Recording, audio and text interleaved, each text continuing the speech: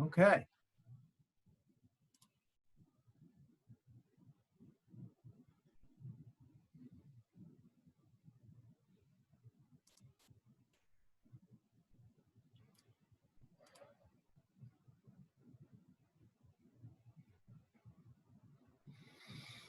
Welcome, everyone.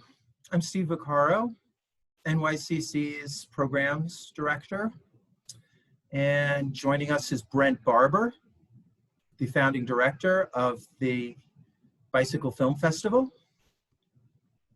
Brendt is going to unmute himself. I gave him a quick tutorial on the use of Zoom before we started.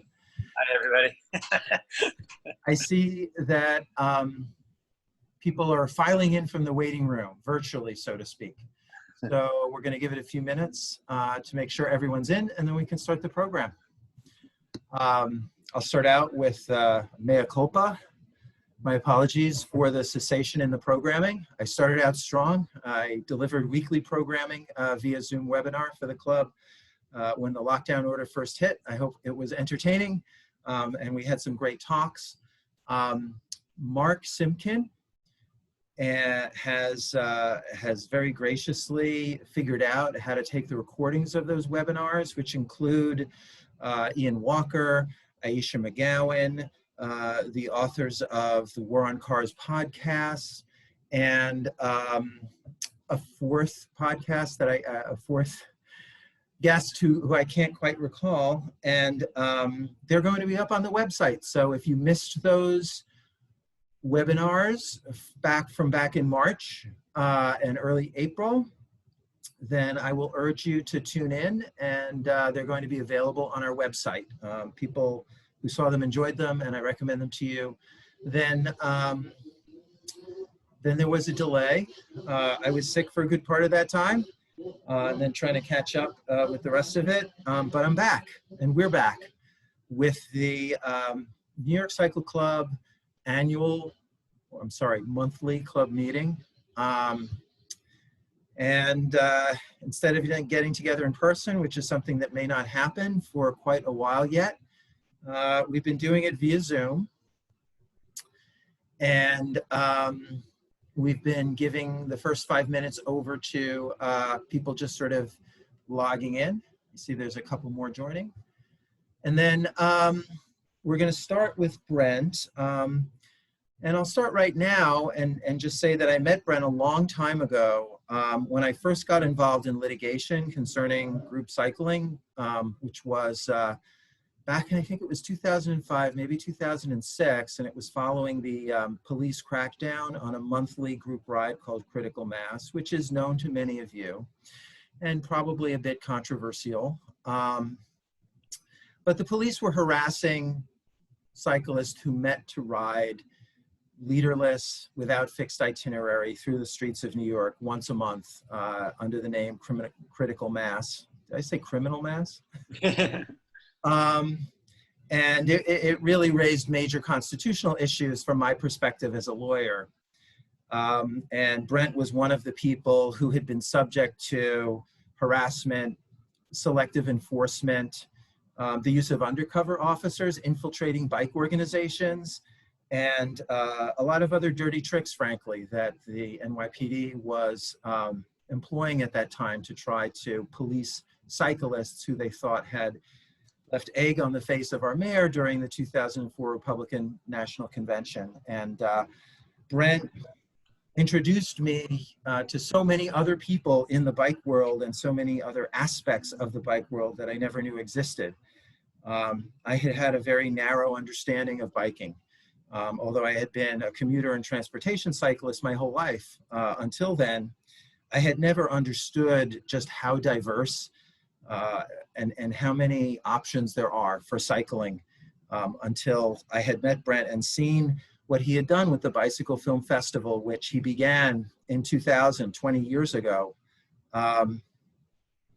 It's really amazing. And I'm going to warn you right now, you're going to get exposed to certain biking practices, cultures, subcultures, whatever you want to call them, that may shock you or maybe new or surprising to you. But I think that if you can look past what's different about these other types of cycling that Brendt has promoted, represented through his Bicycle Film Festival over the years.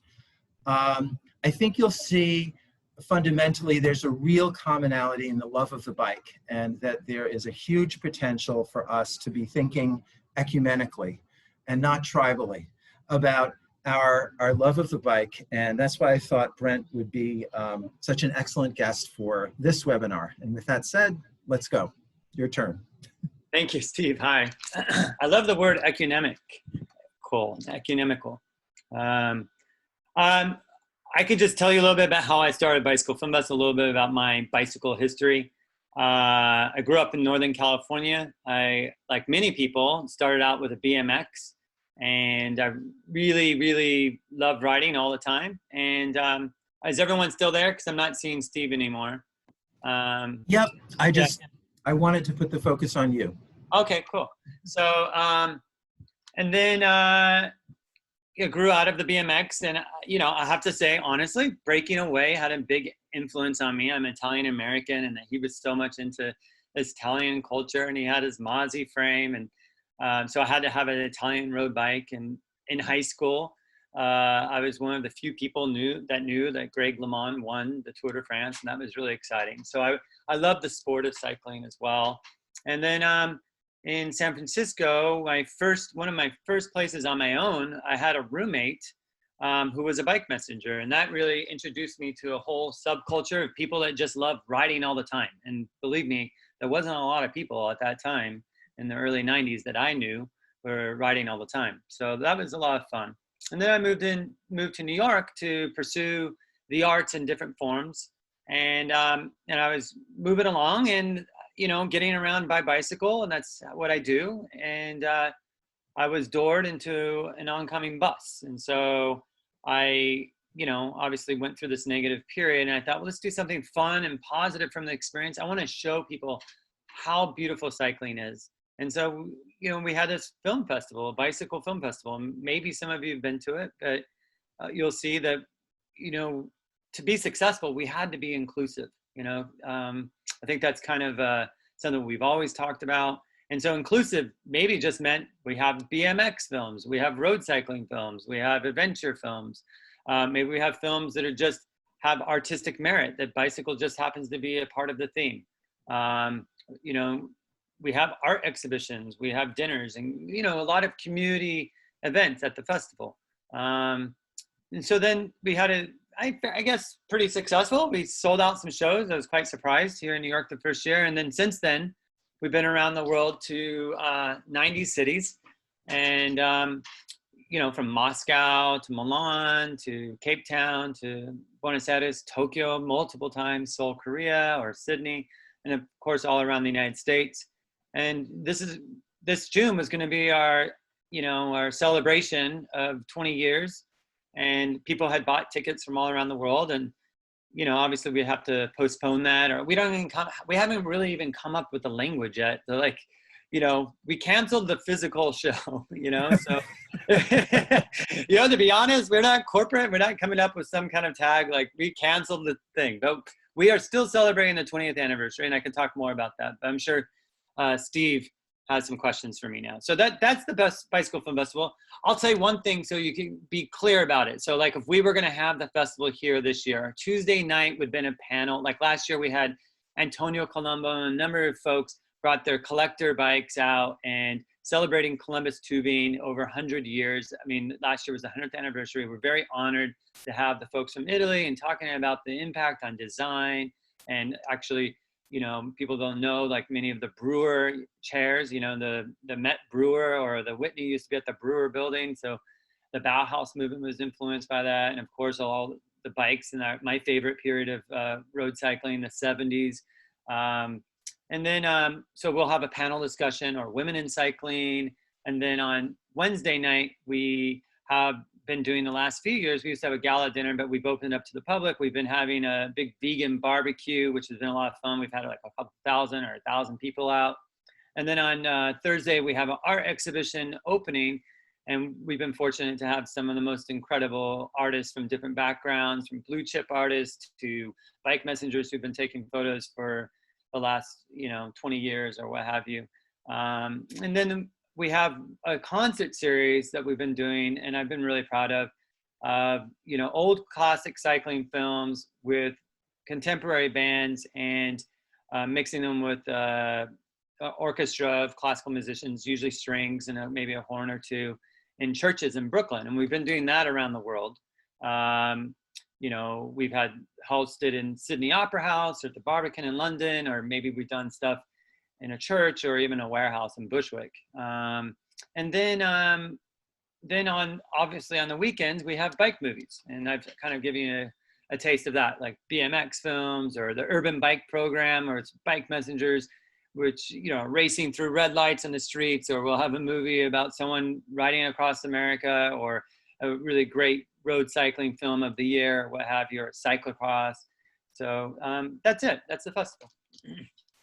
So Brent, and since we agreed upon a more of an interview sort of format than we typically use in these types of meetings, I'm just going to ask you to talk a little bit more about one of those classic cycling films set to live music that we saw 2 years ago that was just so great, A Sunday in Hell, with Blonde Redhead performing. Can you tell me a little bit about that production? Just specifically describe the production, then also why in particular, your history with that particular piece of film. Well, A Sunday in Hell, I felt made the Bicycle Film Festival. I mean, first off, A Sunday in Hell, just to let you know, I feel like a lot of people know about it. It's about the 1976 Paris-Rubaix. It's directed by Jorgen Leth, who's a legendary Danish experimental documentary filmmaker. He's impacted film all over Europe and around the world. Maybe if you saw Andy Warhol eating the hamburger at the Whitney last year at the show, that was Jorgen Leth, or at the Super Bowl, they used that for a commercial. But he's very well known in the art world, and we're very honored to have Sunday in Hell made by him. And he made 3 cycling films. Stars and Water Carriers, about, I believe it was in 1973, Giro d'Italia, and then also Ole Ritter trying to retake his crown after Eddie Merckx beat him in the 1-hour record in Mexico City. And then, of course, A Sunday in Hell in 1976. So Sunday in Hell, it's an amazing, incredible film. And Jorgen, the first year of the Bicycle Film Festival, called me up and thanked me for screening his film in New York City at Anthology Film Archives. He was very honored. And I was like, oh, excuse me, I'm very honored just to talk to you. And that was the beginning of kind of a friendship, mentorship. And we played that film on film, 35 millimeter, in many places around the world. And we had big packed houses of different types of cyclists going to appreciate this. Like again, like from Bike Messengers to, old road cycling fans to new road cycling fans. So that's been a big part of the film festival. And also art lovers, people who appreciate art and film, come out. Maybe they don't have interest in bikes at all, but they come to see this great film. And so yeah, do you want to ask me more questions about Sunday in Hell? Oh, well, the relationship. Yeah, I do. The thing about it that's so impressive to me is that it speaks to the experience you have as a road cyclist when you're out on maybe one of the most ambitious rides you've ever tried to do. And then maybe the weather is bad, the conditions are bad, and you're having a bad day. And you still just have to go on and you have to finish, right? Isn't that a little bit about what it's trying to speak to? Well, I think he really tried to express the hell of the North in that film. I mean, that year, lucky for the camera people, the year of 1976, it was just dusty because it was dry and it hadn't been raining. But what was really unique about that film, I mean, first off, they had 25 cameras and they had access that you wouldn't have now, except for now you're starting to get these smaller cameras on the cyclists themselves, but they had access with motorcycles, helicopters, and that you would never have now. And it's and also that era of film is just so beautiful. And also you have like De Vlaminck, you have Francesco Moser, you have Eddie Merckx, like all trying to win. I don't remember if De Vlaminck was trying to win his, De Vlaminck and Eddie Merckx were trying to win their 4th Paris-Roubaix, and that's try to break the record. So it's pretty incredible to see. And I've watched it multiple times, obviously, and you don't even care who wins. You just like want to immerse yourself in this period, and like that's when every bike was handmade, and all the clothing, and it was many of which were made in Italy. So yeah, it's just a eye candy, more than eye candy. It's like the most beautiful meal. Oh, so what we did, we took, if you guys don't know Blonde Redhead, it's an incredible, they are a legendary New York band, classically trained at Berkeley, but also experimental in a way that they can create. So essentially they created an album we adapted the film with Jorgen Leth's permission. So we took 60 minutes of the film, and Harry Zernicke of 9W fame edited and worked on this with us. And we brought in Michael Leonard, who did some of the arrangements, and David Byrne needs somebody, Blonde Redhead needs somebody, Yoko Ono, and to bring in the classical musicians to their larger band, they go to him. And so we were very honored to have him and bring in some amazing strings and horns. And yeah, that to me is one of the most wonderful experiences at the Bicycle Film Festival, is working on that project. Is there anywhere online or for pay people can go and actually be able to watch and listen to the performance of Blonde Redhead with that 60 minutes of A Sunday in Hell that you did in the church 2 years ago? No, I mean, I don't know if we forfeited me trying to figure out how to share the screen, but there's like a clip of it, I think, on my personal Instagram. But like, we shot it, the lighting, we didn't have the budget, frankly, to have the proper lighting to be able to see the screen and light the musicians and the room at the same time. But we did shoot it just for documentation, but I didn't consider it something good enough to put up, but maybe someone would enjoy it, so maybe we did document it. So maybe we could release that on the Bicycle Film Festival YouTube now that we are doing more online programming. So can you give us a couple more, one or two more highlights besides your original premiere production, and then your re-presentation of Sunday in Hell, highlights from the 20 or 19 years of the Bicycle Film Festival? I first want to say that I'm very grateful to be able to do this for so many years. I've traveled about 7 months of the year for a good 15 years of the 20, going around the world and sharing passion with some amazing, incredible people. And I remember Tokyo. Tokyo really got into fixed gear bikes. And I remember Rafa, when Rafa first started, was starting to get big there. And a lot of people from the fixed gear culture were wearing Rafa. It was like just an interesting memory that just came to me, actually. I haven't thought about it in so long. Things can get really super hyped in Japan, and that was really exciting. I look back, one thing we did was a party, and it just comes to mind. There's so many memories, but like, we had a party. It was the parking lot of the Bigarelli Velodrome, and we called the party Velodromo in Milan. And that was the biggest party we ever had. It was 7,000 people. And I just had my friend, it was just crazy. And it was just the parking lot. And we got the parking lot permission from the city, and we didn't have any famous DJs or anything. It was just such a cool idea, I think, that, we had the parking lot of the Velodrome. It wasn't even, I think it's just a public parking lot. I think everyone uses. I don't think it's just the Velodrome's parking lot, but that was pretty awesome, because we had the film screening, and then it had started snowing. It was in November, and it's usually a week, because my family's Italian, so we usually have the Bicycle Film Festival a week of Thanksgiving, and then I go or the week before Thanksgiving, and then I spend Thanksgiving, which doesn't exist in Italy, with my family there. So it was like November, and it was sleeting, snow, and wet, and we all rode there in a group, and we're super wet and went to this party. So that was a really good memory. Yeah, I think I just look back of all the positive times, like standing in a room, seeing people and feeling people enjoy, seeing the bicycle put up on the big screen, seeing people cheer for the movies, just that camaraderie, looking outside, seeing all the bicycles parked out front and valet. Like there's an incredible amount of stories, but yeah, I look back at it very positively. to obviously the best way to enjoy a bike is with your butt on it, but to those who can't see another way to enjoy it, I mean, what's your thinking about why a bicycle film festival, you know, inspiring, gathering, collecting, curating, presenting these films about bicycling is important for the world of bicycling? Well, I think stories are important. I think people share stories and they can identify with certain stories. Also, I think that it's another medium of coming together where some people may not understand race culture or may not feel like they fit in.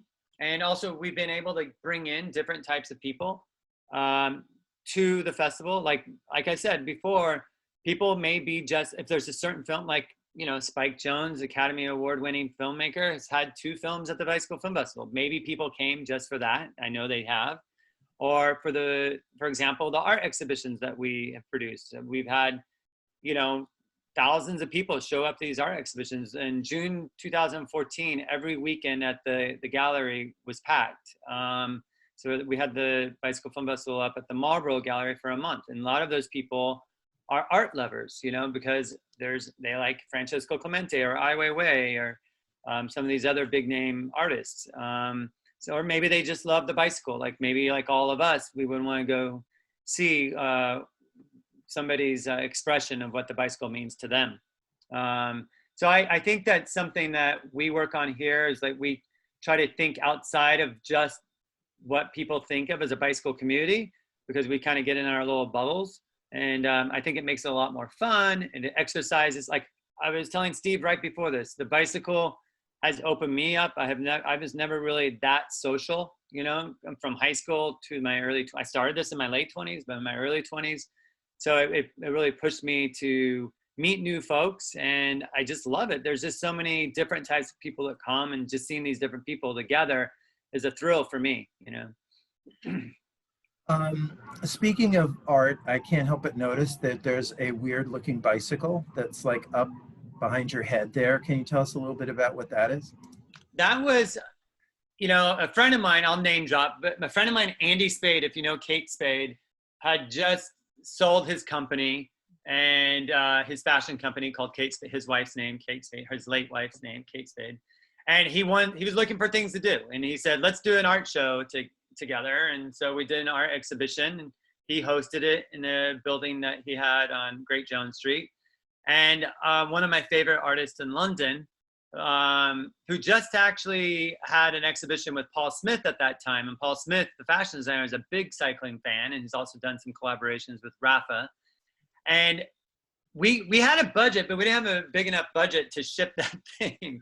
So I was able, out of the generosity of some folks who had a big studio, you know, Benedict kindly came early and built that bicycle, and I bought that off him as a sculpture. It's a you know, real bicycle, but you can't ride it. Like all the cranks are real. I think they're campy. You know, it's like the Benotto frame set it. It's a frame, Benotto frame. It's not real. You know, it's just long tubes, steel tubes. I think. I don't think they're Reynolds or Columbus. I think they're Benedict Radcliffe tubes. So, A nice conversation piece. yeah. You know, one of the things that I think a lot of people feel stuck in, some people are sick. I was sick for a long time. People are stuck in feeling not comfortable going out and riding in the current situation with the virus. Are there bicycling films that I don't want to say your top 5, because, you know, you work with so many film producers that, you know, you could never just say the top 5, but can you give us a safe 5 bicycling films that if people want to curl up with a nice bike film at home, they won't go wrong? Yeah. First off, I'm going to say, just to share with everybody, I decided this first, you know, I was really privy to this COVID. It kind of slipped up on us, snuck up on us, but like I was in the drama a couple of weeks ahead of time because of speaking with friends and family in Italy before. And so I was on the phone every day in the mornings, like for hours. Your family's in northern Italy. Yeah, in Tuscany, Venice, and friends in Milan. Yeah, so yeah, so I was already kind of locking down, you know, earlier, and also there was a couple people in my building, one who works in finance, someone came in sick on another floor, but they shut their whole floor down. So I started respecting and talking to them and respecting some of the people in my building. And so I didn't leave I went and bought a lot of food. I didn't buy a lot of toilet paper. I didn't hoard all that, but I didn't leave for 5 weeks. And then I rediscovered the bike, and I went out there and I was like, oh, okay. And I got really nervous. I was one of these people who took all my clothes off when I came back in from grocery shopping. And then that's what they were doing in Italy. People were putting their TMI. No, just like putting it in a plastic bag and taking a shower, you know, like cleansing for many, you know, so maybe that was a little much, but we didn't know. So I started riding a bike and I started feeling more comfortable out there. And I've noticed that most everybody's wearing a mask. And then I've talked to some people who are more riding, you know, training and going over the bridge. And, you know, they wear it up to the bridge or they take it off. And then when they see people, put it back on. And then I also, all of a sudden, you know, living in Chelsea in Manhattan, these demonstrations are like right at my doorstep. So I started going out and I was quite impressed with, I mean, we sat down in the middle of 6th Avenue and it did 10 minutes of silence. I could not believe it. Thousands and thousands of people. It's nothing like I saw in the news, what have you. And I was really impressed with these young people standing up for their rights. And it was just amazing. And what's happened, and if you don't mind me going into this, what happened is that you can see a whole new movement. You know, I grew up in San Francisco critical mass and seeing this whole urban bike culture grow. The 90s was a period, and then we had the early 2000s. And I would say New York was a major leader, and seeing the bicycle film festival relate to other cities, bringing the culture from here to other cities around, from Moscow or Zurich even, what have you. And then seeing like a whole new crowd. And what started happening was what people discussing with people who were buying bikes, they wanted to social distance, they didn't want to take a subway, and they were going to the demonstrations on bike. And then bicycles the bike protests became a thing. And You're saying you've seen this happen over just the last few months? 6 weeks, really. Yeah, so in 6 weeks, I've seen thousands of people discover new bikes. Do you have, and obviously you're no stranger to pre-production as well as post-production. So you have any like images you want to show us of what you've seen out there? Well, let's see if I can do the share. Hopefully I can pull that up. I think you disabled it, maybe? No, you should have it, right? It says host disabled attendee screen sharing. Okay, then.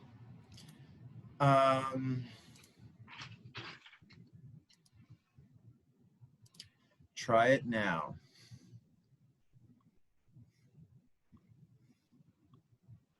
Okay, so this maybe you guys seen it.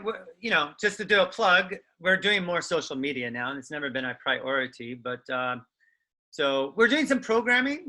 Please check it out. We're gonna get more and more into it. I'll tell you at the Steve, remind me, please give me some time to what's moving forward with the bicycle. Yeah, actually, there's a Q&A function on Zoom. I forgot to introduce it at the top, but some of you who've been participating in these Zoom webinars know there's a question about accessing your content virtually, okay, even if the festival can't be in person. We're going to get to that in the Q&A. Okay, great. So this actually is, I'm going to show you one of the demonstrations that started, and I got to know these kids. A lot of folks reached out to us. I think they see and understand that we would be open to them. They heard about Bicycle Film Festival. They reached out to us. And so we showed up to this one just with our phone cameras and documenting it. I did a live thing. This is a thing called Street Riders. I got to know a lot of these folks, and now they've formed actual organizations. It's almost like seeing San Francisco Bicycle Coalition or different cycling clubs at their nascent point. These kids are like 21 years old, 19, and they're out there every single day. They're so excited about cycling, and they're using, and also a lot of people of color, and they have something to say, and they're using the bicycle as an expression. This ride I'm going to show you had probably about 15,000 people. if they got onto the police scanners and they heard the police say they're at 42nd Street and the ride goes all the way down the West Side Highway to Battery Park. That's how long it was at one time, taking up full lanes on one side of the West Side Highway. And let me tell you, a lot of people say, oh, well, if you're not supportive of that, that's your own thing. But I say it's really positive. Many of the car drivers who, there's a couple of folks that are not happy with it. There is someone yelling, all lives matter, blah, blah, blah. But the vast majority of people I've never seen, I've been on a lot of demonstrations. People are honking, putting their fists up out the cars. I've never seen something so positive. And I went to the Iraq war demonstrations in the early 2000s in the Upper East Side when it was freezing cold. I've been to the Women's March, and this is the most positive thing I've ever seen. It's amazing. And most of these people are under 25 years old. So we have a new bike movement happening. So I'm going to play the video. It's like 15 seconds, but this is outside of one of our volunteers' girlfriends' place on 3rd Avenue and 110th on the 10th floor or something like that.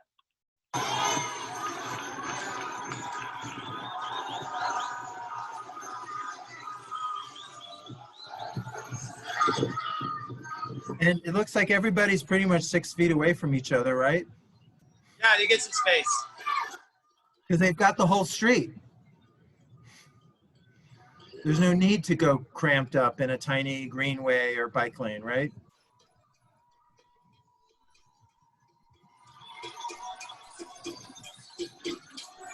All right, that's good enough. So I could say that that would go for about 30 minutes, I think. You would be sitting there watching that for a while.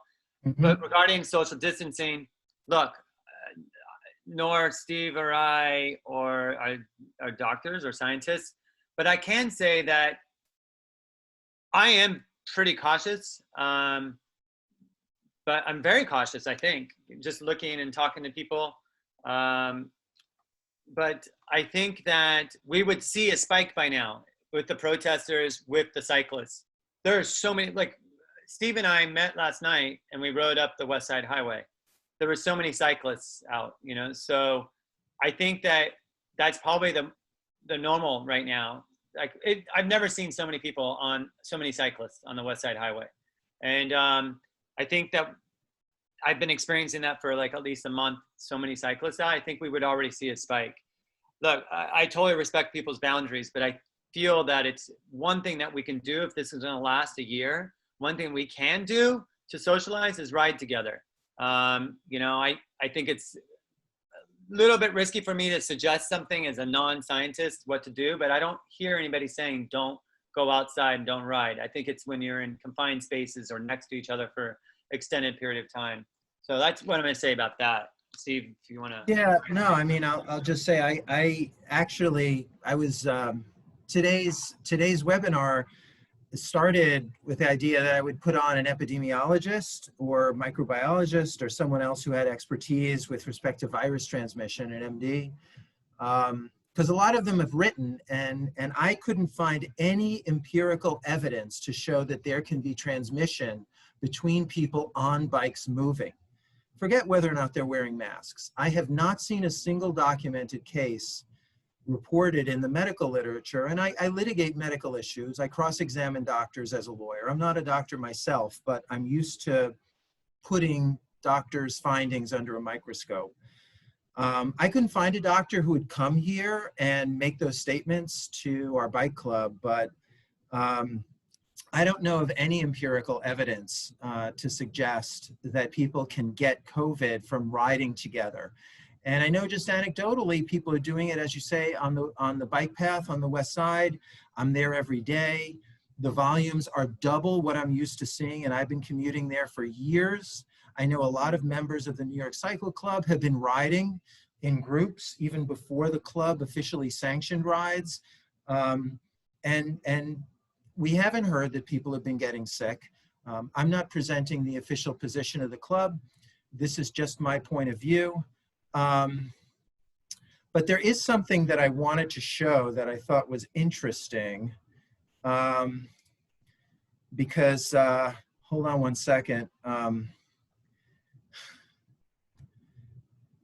me just get out of that. You know, can you stop sharing the screen, Brent? Stop share. Yeah, I just want to go here, and then I'll go here. And then this is very interesting. This is a friend of mine. I was in their, okay. I was in their elevator of their building, and I was reading what was there posted in the elevator, and it was a New York City Department of Health bulletin that they had put in from early March. And here's the guidance that we were getting in the second week of March from the New York City Department of Health. Oh, wow. I remember that. So, like, there's definitely cities that have been shutting down major events and saying we can't have these big events. But I don't know of any city that's shutting down group bicycle rides. I don't know if a group bicycle ride necessarily qualifies as a mass event unless people are congregating at rest stops or the start or the finish, which isn't a necessary concomitant of a group bicycle ride, and it's something the club is exploring. But even if they were, can we really depend on what governments are doing about canceling mass events when this is the guidance we were getting from our government just a few short months ago, and we know how wrong it was?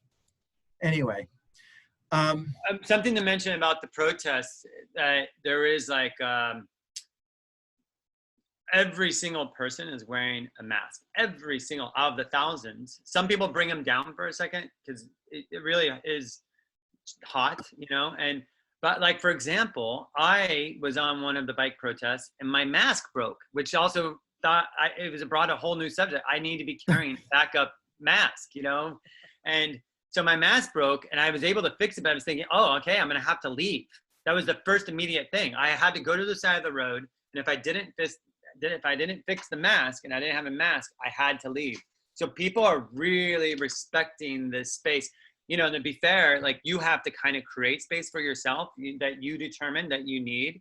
You know, but the bike the bike creates space, you know, in itself, more than, like, say, if you wanted to, you know, participate in a march, you know, you may find yourself closer, but a bike, you know, people can't really bump into you with the bike. Mm-hmm. But yeah, you know, that's enough for me on that subject, I think. All right. So just before we head in towards the Q&A, I had a couple last questions. One is just turning back to some bike films, some favorites of yours that people can curl up with. Well, okay, so obviously A Sunday in Hell, if you haven't seen that, that's great. Or even all the Jorgen Leth films. Stars and Water Carriers, where, you know, I love that film. Like, what is it? You know, what is it? Stars and Water, okay, so where Sunday in Hell had 25 cameras, Stars and Water Carriers had one camera over the Giro d'Italia at different stages. And Eddie Merckx just drops everybody in the mountains. It's really beautiful. And it's shot on 16 millimeter. It's just it's a poem. The film is a poem, you know?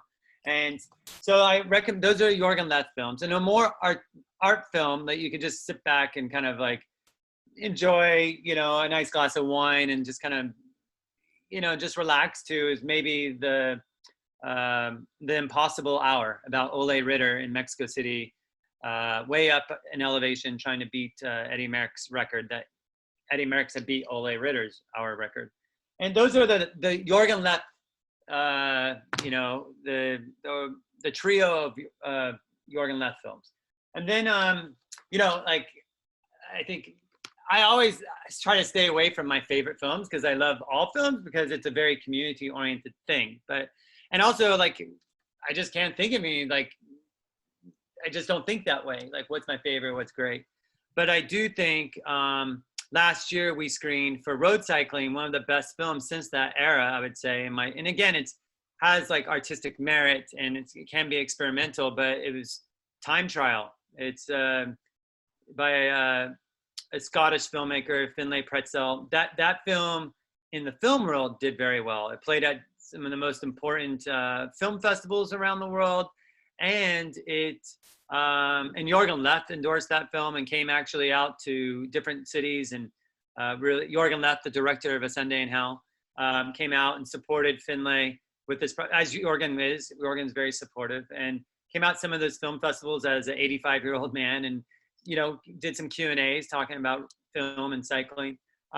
So yeah, Time Trial is a great film. David Millar's, coming out, he got caught doping, and it's his reckoning of that. And some of the footage I have never seen. They have sound within the peloton, which is incredible. You can see and hear these folks in a different way. People giving David Millar a hard time. It's amazing. Like playing kind of mind games with each other. You can hear the conversations. I've never heard. I don't know how he got permission or how he pulled that off. It's pretty incredible. So Time Trial. We had that play at the festival last year. One film that is very, I don't know. It's amazing. If you guys are Bartoli's, Gino Bartoli fans, and 1938 he won the Tour de France, right? Then there was the war, and he was a war hero. He saved so many Jewish folks. I don't know if you guys know that. That deserves to be a movie in itself. So like he used to put documents in his tubes and go, you would ride long distance. It'd be like Michael Jordan. The Nazi guys knew who he was. So he would say, I'm just training, I'm just riding. And he was going to this convent in Umbria from Tuscany. He's from outside of Florence. And he would go there, put documents in his tubings to, give people fake documents to get out of the country. And he'd give the Jewish folks these documents. And he did this all the time, going back and forth. And he's such a courageous, heroic guy. And so he missed all those years of the Tour de France because of the war. But in 1948, he came back, and he was about, 15 minutes behind. As you know, that's like he's lost already. And so there was going to be a civil war in Italy. The communists were rising up. Russia was supporting the United States, was on the other side. They have a prime minister, but the president, I believe, was assassinated. And they came to him, said, Bartoli, you have to win and save Italy. And that was a time before television. And so everyone used to stand in the piazza listening to the radio. And so that brought them together. And how can you get in a fight if you're listening to Tour de France for 4 or 5 hours every day? And so it really brought everyone back together. And 10 years after that 1938 win, he came back and won and saved Italy. 1948 winner. And that's what's called Tour de Legends, Tour de Legende. It's a Dutch production, co-production of French, and they went back and found like these glass images and recreated some of the scenes. It's an incredibly beautiful film and very touching that we played at the festival a number of years ago, maybe 2004. A short film that is a favorite of Mandy Weiss, who works here, and has sent the success of this short film, The Climb, got them funding to make a feature-length film, which won a jury prize at Cannes Film Festival last year. It's not totally a bicycle film, but I think you would be well, The Climb, the short film, is absolutely a bicycle film that played at the Bicycle Film Festival. The Climb, the feature-length film, is just a charming story of two friends who are cyclists. And they don't always get along. They fall in love with each other's girlfriends or wives, and that's all I'm gonna say. So The Climb, it's really great. I don't know if it's going to be available yet. It was supposed to be released in March, but we've seen it, so find a way to see it. It's also being released in Europe at this point, so maybe they'll be releasing online. If you grew up a BMX kid like I did, you have to appreciate what Matt Hoffman has done. Matt Hoffman, BMX cycling has such an influence on different cultures. And BMX had a big influence in creating the X Games. Like it or not, this story is an amazing story of a man who was going to jump higher than anybody else. Like Evel Knievel was his mentor, and Matt Hoffman, jumped the highest of anybody at that time and broke a lot of bones doing it. It's just a young kid, I'm fortunate to be friends with him, one of the nicest, warmest, humble people ever. And a good friend, a mutual friend, Spike Jonze, who made Her adaptation with Meryl Streep, who's an Academy Award-winning filmmaker, produced this film amongst a bunch of friends. Also Fugazi, if you remember that band, one of the most legendary bands of the 90s, never allowed anybody to use their music, but they love Matt Hoffman so much that they let the music play on this film. And that was a real big honor, actually, if you're talking about memories, in Washington, D.C., having Fugazi attend the festival and having the Q&A with them, talking about Matt Hoffman in that film. So that's a great, Birth of Big Hair. Also, there's more on the art level, but again, shot on Super 8, and this kind of launched the career of Daniel Densick. It was a film called Moonrider, about a very talented time trialist going for the world championship. And I could go on and on and on, but yeah, that's, I think, a good taste. Maybe in the Q&A, if you missed the title, I'm happy. Yeah, so that's it. Okay, great. Listen, I have a last question for you. You had talked about the experience of trying to get out and start cycling again while we're facing the pandemic and the possibility of a resurgence here in New York after we've managed it so well. You know, it's obviously, it's a challenge for you, and one of the questions that we'll get to, I don't want you to address this now, the idea of how does the festival continue in a place where people can't sit crowded in at Anthology. But what I do want to ask you is, what, along with the challenges, what opportunities do you see that have been brought by the pandemic and everything that's happened during the pandemic? The racial injustice demonstrations, what does this mean for cycling, and how do you view it in the context of the bike culture, which has really been the focus of your work, presenting, representing the bike culture? What's happening at this moment now that is unique or different than what's happened before? And then we'll go to Q&A. We're going to see a whole new leadership in cycling as groups come together. There are a number, I can think of 10 groups of people just, for example, MBR, Mind Body Results.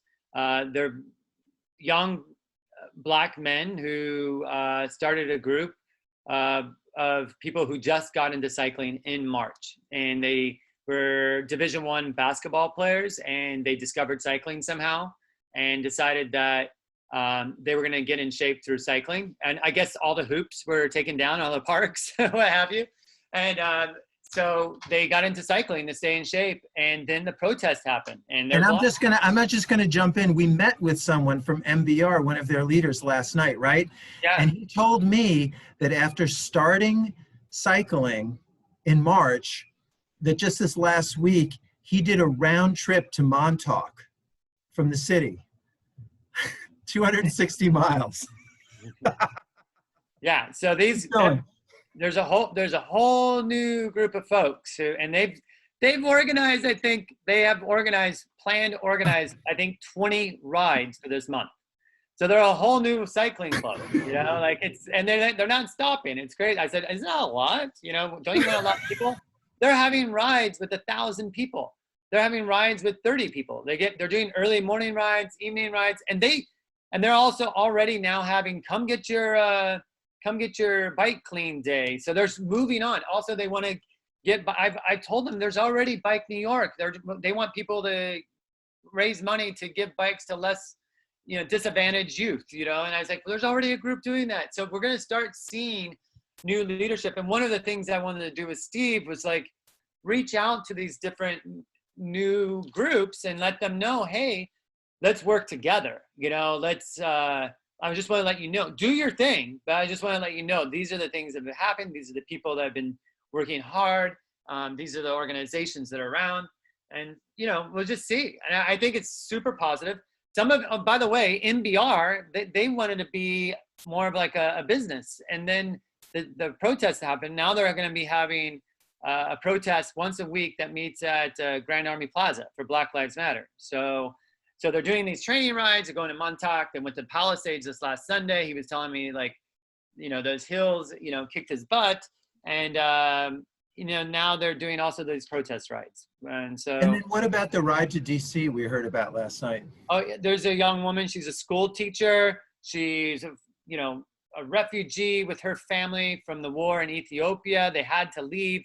Her father's an academic. He's a professor. I can't remember what school, and they moved to Michigan.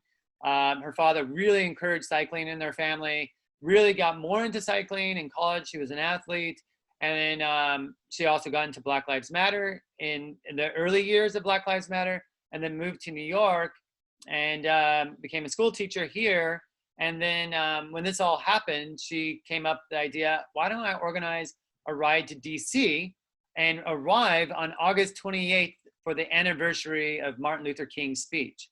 So I've helped her a little bit with Bicycle Film Festival. We promoted through our social medias. I'm helping her consult a little bit how to organize and so on.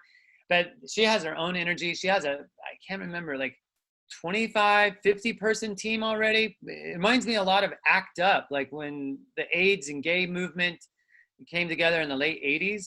Like this is incredible. Like they have a lot of professional people. They have everything's organized by departments. And they already have 400 people signing up to go on this ride to DC. So they're stopping in Philadelphia, then Baltimore, and then going to DC. All right. So, Brent, I'm going to go to the Q&A. And the first question is only half serious, but I have to admit, it's a question I've had myself. Why were the Cinzano team the bad guys? Well, but they were super mean to him, don't you think? I can't believe he looked up to I thought you told me if Italian cyclists are out there, you know, saving the Jews from the Nazis during World War II, how could they do that? I know. They kind of changed since, you know, Bartoli days. Oh my God, that was heartbreaking. Did you notice, if I remember correctly, at the end he was speaking French? Remember, he was speaking French, and he had at the end he was speaking French. Are you still there? I'm still here. Yeah. So okay. But you remember that frame? That one is just a Bicycle Film Festival story. That frame was built by Alberto Mazzi. And our first Bicycle Film Festival, we had a street race. Like we brought these alleycats, you know, but the street race there, roadies would appreciate. It wasn't really a street race. They rode outside the city a number of miles or kilometers and then rode back in. So it wasn't really a Lucas Fresnel racing through the streets. But Alberto, he made a bike for the prize, the first prize winner. So we had the Mazzi breaking away frame builder making him up for the Bicycle Film Festival. It was a big honor. Okay. And speaking of breaking away, our club's president, Peter Story, has a question. He says 50 years ago, he got his first 10 speed and he saw breaking away. Was it really as good as he remembers? He's never seen it since. Yeah, it won not that winning an Oscar makes something great, but really the story. It won the best Oscar for Yates, won a best Oscar. The director won an Oscar for best screenplay. And I was honored to meet, because we did the 30th anniversary, his family. He had passed and his family came out to the screening. And that movie really meant a lot to him. And if you think about storytelling, this is a coming of age story, but it's also about class. They're from working class. His father worked in the quarry and then became an entrepreneur by owning, because the union jobs were done. And so he had to start a used car lot. And think of the antithesis of a cyclist is, you know, your parents are car dealers, you know, like so it's a really well written, like really, and also opera, like, you know, just like he's singing an opera the whole time. You remember that? And then like his father not being into ID food, he would call it ID food, you know, like mom is like romanticized by her son's dream of Italy, you know, she got carried away. So it's like, and then the romance part, it has everything, you know, in a classic story, and it has a Hollywood touch to it that usually I don't like, but I can accept it for that film. You know. But then the ultimate, where they strap his feet using surgical tape onto the pedals. Oh yeah, that's amazing. That's amazing. Bloomington, Indiana. Yeah. Another question is, are you considering broadcasting online a 2020 Bicycle Film Festival for your 20th anniversary as a way for people to be able to see it? It's suggested many festivals are letting people pay and watch it online. Is that something you've considered? This has been really tough. Just try to keep it short, but like it's always a grassroots effort. At one time, at our strongest financial time, we had 10 employees here, an office in Milan, Mexico City, and London. And Tokyo, we were using an office there, but people were part-time. And we were in 40 cities and raising a lot of money. But that was at our strength, and money has been a little bit more challenging, and cities have become more expensive to operate. But like one thing I was really stubborn about was doing online. So really we have to do it now. And it's been kind of fun. We've been doing some more programming we're practicing, but we are thinking to do, we haven't decided yet, but we've been talking to old teammates all around the world, in Brazil and all around the world.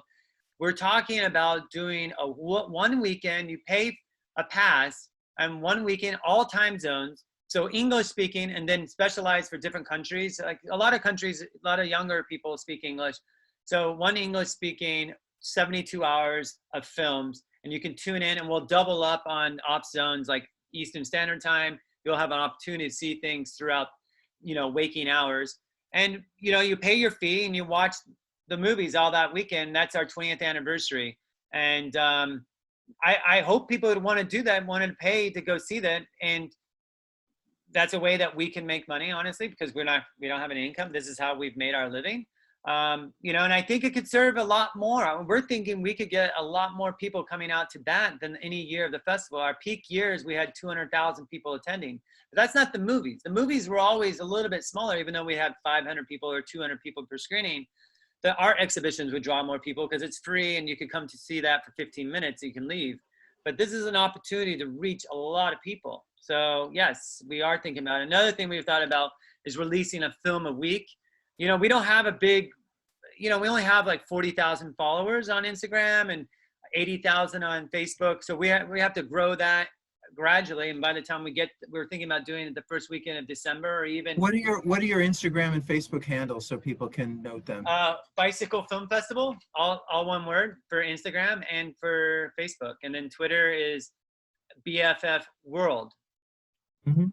So, and of course, for many years, our law firm has, been a sponsor of the Bicycle Film Festival, and we've always given out tickets. So if you do it virtually again this year, we'll have an opportunity to do the same thing and try to give people a chance to get exposed to all the great films that you receive each year.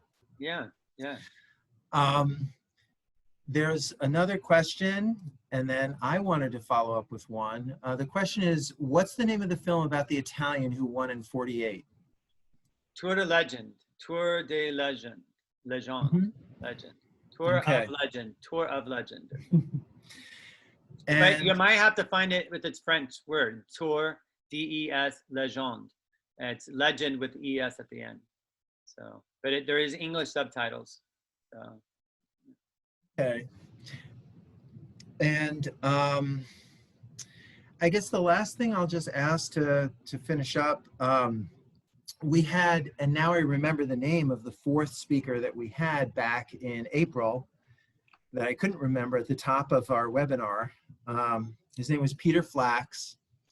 Peter Flax wrote an article about Robin Heitman.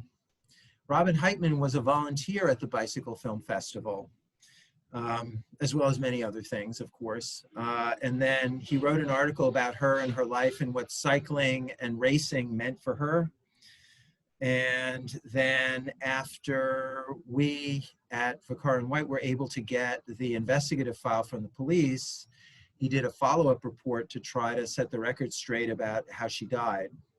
I'm going to talk a little bit about the Bicycle Film Festival, the volunteer aspect of it, and what it's meant as a community, and maybe a few words about Robin.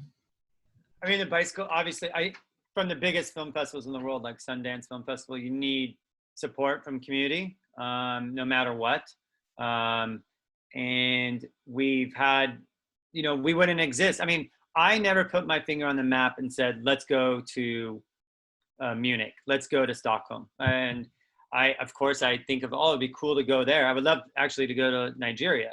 But we have requests every single day to go where, now it's slowed down, obviously, but to go to wherever it was, and many small towns even. We've been to Billings, Montana, so that we vet these folks, understand where they're coming from. Are they able to, produce something? Many like ad agencies or cultural institutions, or even like bike messenger companies have hosted it, or brands like Freetag in Zurich hosted it and did an amazing job. So along with all that are people who just want this to happen and bring people together. And so there's a community, and there is a former employees and former volunteers. These people are friends for life. Jen Whalen, who's now a producer at Warner Brothers, she became this California state champion. We just posted an ad. She's in the latest Rafa ad. So we were very proud of posting that. And she comes and visits in New York. I get to see her, but she's off hanging out with all her other BFF friends as well. You know, so people that she's staying in touch with because they all met at the Bicycle Film Festival. And that to me is really wonderful to see the community come out. And it's very much similar how Robin became experienced with the festival. Matt Siegel is a New Yorker who had moved to Richmond, Virginia for a different life, for a job. And he's very involved in the bicycle community there. And he also produced the Bicycle Film Festival there for a number of years. And he met Robin, and Robin was very interested in the arts. She wanted to teach young people art and film and just all the different mediums of arts and get them engaged in storytelling. And so she wanted to immerse herself in this. By the way, I'm sorry that people call her they and them. I noticed that even Peter Flaxen is. I never experienced that with her, so that just came out after she passed. But she came up to the festival. Like Matt sent her up, and she volunteered. I have to say, she was one of the best volunteers, willing to do everything, big smile. And actually, Clark, you know, Clark who? your son, Clark, who also is a volunteer at the Bicycle Film Festival, they became very close that first year. And just to show you how much of a community it is, your son is a volunteer at the Bicycle Film Festival. And they, you know, he's probably not going to be hanging out with me now that I'm, obviously, you can guess how old I am, and I've been doing this for 20 years. So he's pretty young. So they have more in common. And, you know, it's just, I think she met a lot of folks and then started coming up to New York to race at Kissena and other races that I'm not even aware of. And then she just moved here. She came up for Bicycle Film Festival and decided that she was going to stay after Bicycle Film Festival and got a job, and was, I think, killed on the first or second day of that job. You know, so, you know, that's, I don't want the bicycle community to be something that comes together just because someone was killed or just because there's a protest.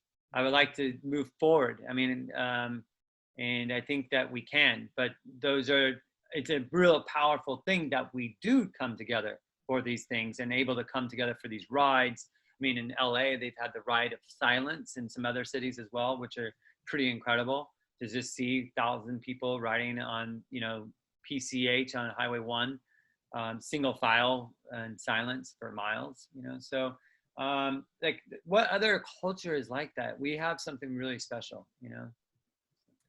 Thanks a lot, Brent. We've already gone past the allotted hour, but I can tell from the questions we've received that the thing that you've spoken to that people are most interested in, that they love the most, is when you talk about films about bikes that you've loved and enjoyed, and titles of films that they can look at. So I'm going to give you the floor for as long as you want to go to name a few other films that you think people should take a look at.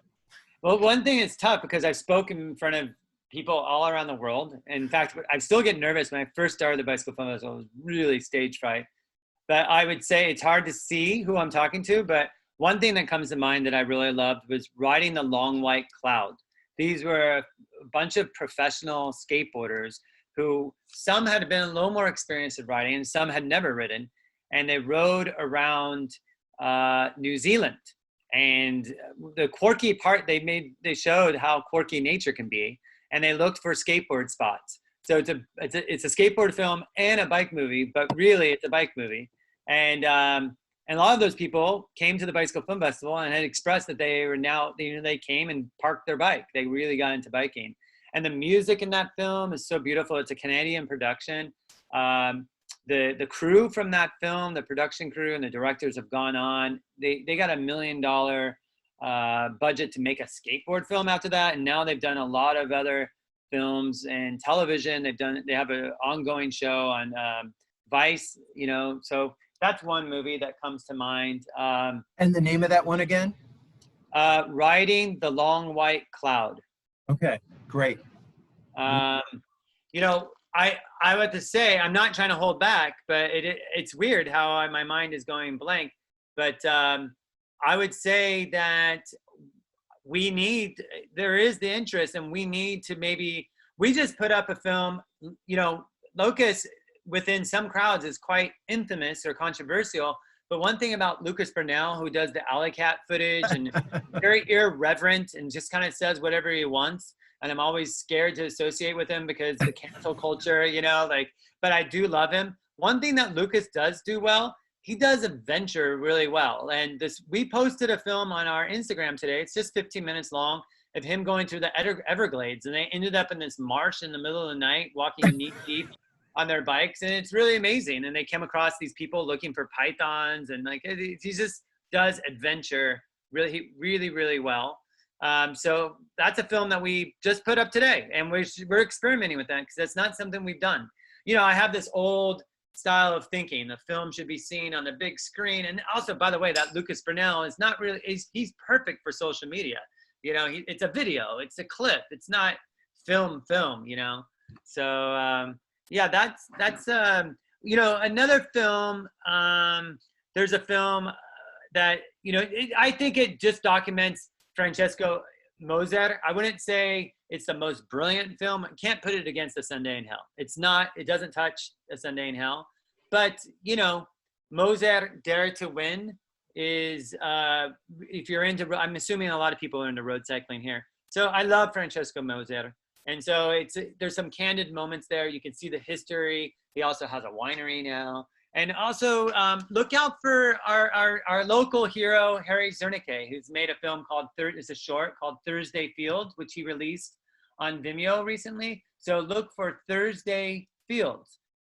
You know, the race is out at Floyd Bennett Field. It's a really charming, really great way of showing like what's happening there. And that's very unique to New York. And when we're talking about Black Lives Matter, our community has something really special. It's quite diverse. I've only seen maybe 3 communities that diverse. I mean, Italy and Japan have monocultures, but I've seen Miami is very Latino, the road cycling. We did a criterium, a midnight criterium for the Bicycle Film Festival in Miami because road cycling's so big there. And I'd said the predominant language was Spanish. So it was pretty amazing. A lot of Cuban and Puerto Ricans. It was a lot of fun. So we have that special thing here too, is that you see a lot of different folks. And then Los Angeles, I feel like, coming on strong. We have, you know, our national champion, Justin Williams, who's been working really hard in like Baharati, I think is his last name. I don't know him personally, but like he's been working really hard about getting the Black community into cycling. And so, yeah, I think that Thursday Fields really touched, I kind of went on a tangent there, but because of Black Lives Matter, I felt like it was kind of interesting to point out. There's, you know, you're not mistaken that road cycling is very popular with New York Cycle Club. So you could go a little bit deeper down in terms of talking about films that specifically are about road cycling that you've presented at the film festival over the years that people might be interested in. Yeah, you know, one thing I'm doing, I'm because my brain is, I feel like oh my gosh, my brain is like freezing a little bit, but like. I would say I'm going, while I'm talking to you guys, I don't know if you can see it on the screen, I'm looking at our Instagram and just seeing what films are on there. And that's how I came across the Moser to remember, and Harry I should remember because he's part of the BFF family. One film that's really old that it's Where You Go. And it's about going from a bunch of folks going, it's Tour de Afrique, it's an organization, and it's done by Brian Werner and Benny Zenga. Brian Werner, I would say Brian Werner and Ben Ingham created the brand really through their films, the look of their films for Rafa at the beginning. And so Brian Werner and Benny Zenga, who are part of the Bicycle Film Festival family, have a number of films at the festival, made a film about them. It's a different era. They went through Sudan. There's like amazing wrestling, like a traditional wrestling match out in the middle of a field with a crowd all around them, and they just went from you know, Egypt all the way down to Cape Town. So it's that, I think that stands up. I think it's really beautiful. meandering, going through Africa. Excellent music, mostly African music. There's a short called King of the Mountain that I think is online. Actually, the director won an Oscar for The White Helmets. It's a Syrian film about the Syrian War, The White Helmets, if you heard of that.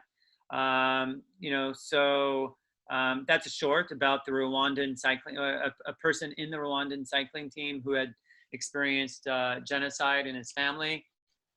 So another great film, not a road cycling film, and barely becomes a bike movie, but we had to show it. Bill Cunningham, New York. Bill Cunningham. You remember that?